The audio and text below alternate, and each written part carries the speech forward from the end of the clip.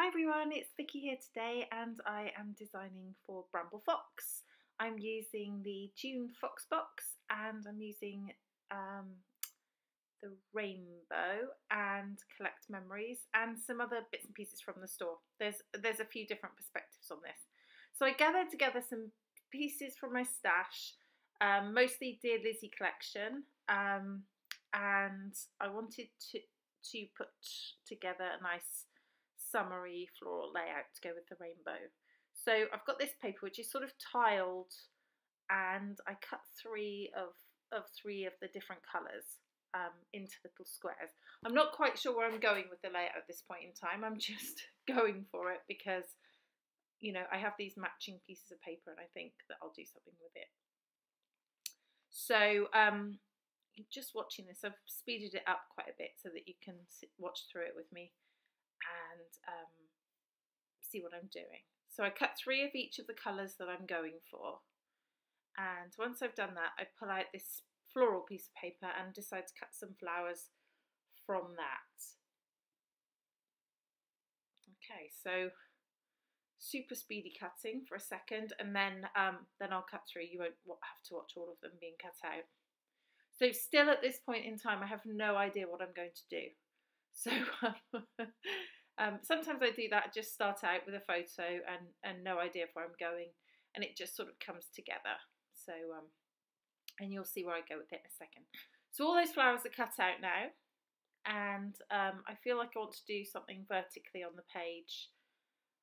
So I just sort of spread the flowers out, grab out a frame and think that I quite like the look of that, but at the moment I haven't done anything with the squares, so I'm going to have to find something to do with them. So I move all the flowers off, put the frame back, so the frame's going to go in the middle like that, and I decide to put the squares randomly above and below the photo, not in any particular colour order, just like that.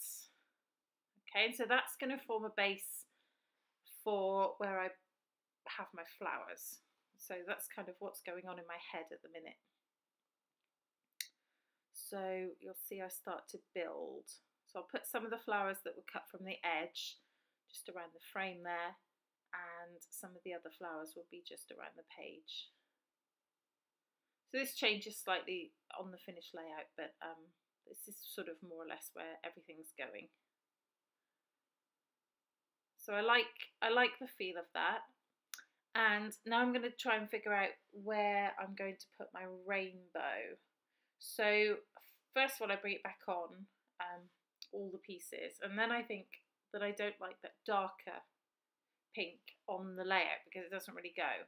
And then ultimately, I think in a few seconds, I decide that the yellow is not quite right either. So I just leave the two pieces, and which is nice because I've still got two pieces of rainbow to use on another layout. And then I just take off the plastic covering from this Collect Memories perspective, and while I'm doing that I actually break it in half by mistake, but that's okay because I'm going to stick it down. You wouldn't even know once it's stuck down. So I play with the position of that as well, and it takes me a little while to figure out where I'm going to ultimately put it. So so yeah, that's sort of similar to the final layout, but I'm going to start to stick down these squares in situ so that they'll stay when I start to move everything else, because I liked the positioning of them. It worked well, so yeah, just sticking those. Now one of the top hangs off a little, so off camera I do cut that off, but yeah, sometimes that happens. Okay, so I've got some vellum here, so I'm going to back my photo with a bit of vellum before putting it into the frame. And I'm also going to put some foam on the back. Here we go. So that's just sticky one side and foamy the other side. It's just in the children's section usually of the craft store. I get it at the range here in the UK, so that's that. So I'm sticking those two pieces of frame together, and while that's happening, I'm just going to put some foam onto some of these flowers that are around the page, just to pop them up. So the ones that are on their own on the page will be popped up with foam, and the ones that are tucked under the frame in the middle won't be.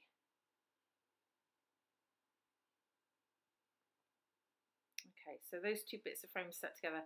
I kind of wondered if that was sticky back, and then I tried to peel it off and realised it wasn't. So yeah, just stick that down with glue. And use my ATG gun to stick down my photo. Okay, so that photo is a few years old actually. It's of my my niece Chloe, and she's just really lovely in photographs, and she's now 20, I want to say 20.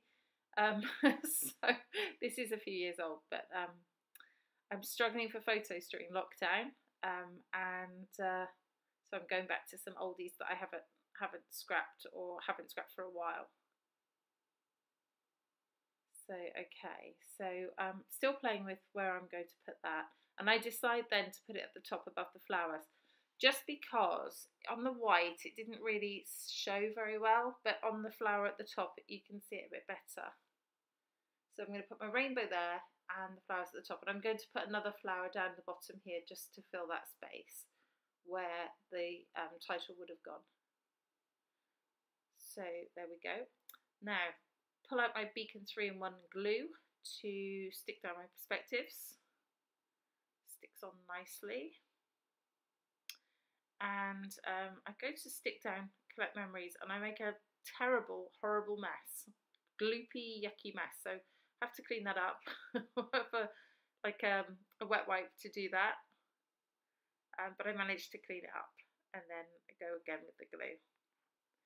It's a bit thinner than the rainbow, so it wasn't the easiest to put the glue onto. Excuse my head. Oh, my roots need dyeing in a big way. My hairdresser contacted me by text the other day and said that I can have an appointment soon. So, yay! She's gonna cry when she sees my hair. I cry every time I look at it. Anyway, I digress.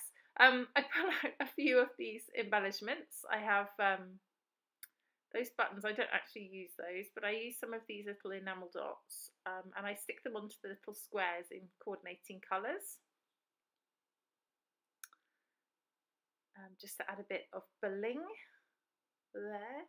I think about using some stickers, but I think I have enough really on the page, so I don't use any of those in the end.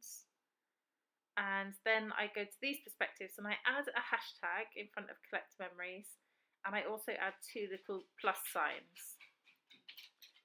And I think about using the ampersand, but I can't find anywhere to put it, so I don't use that one in the end.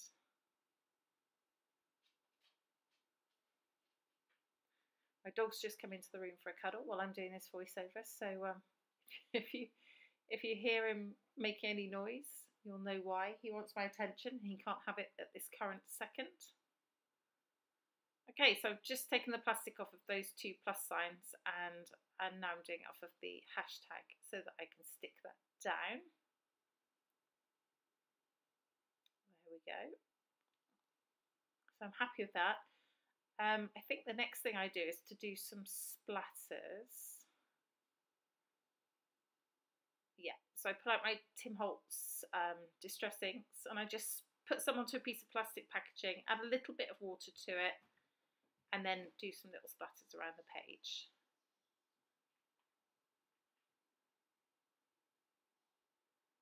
There we go. And finally, I have a little butterfly from Vicki, which I'm just going to stick on the corner of the photo, and that's it. That is the final layout. I hope you enjoyed this video, and I hope the layout gives you some inspiration for your Foxbox perspectives. There are a couple of close-ups here for you to have a look at. Yeah, please do subscribe to my channel. I'd appreciate it, and I'll see you soon. Thanks for watching. Bye-bye.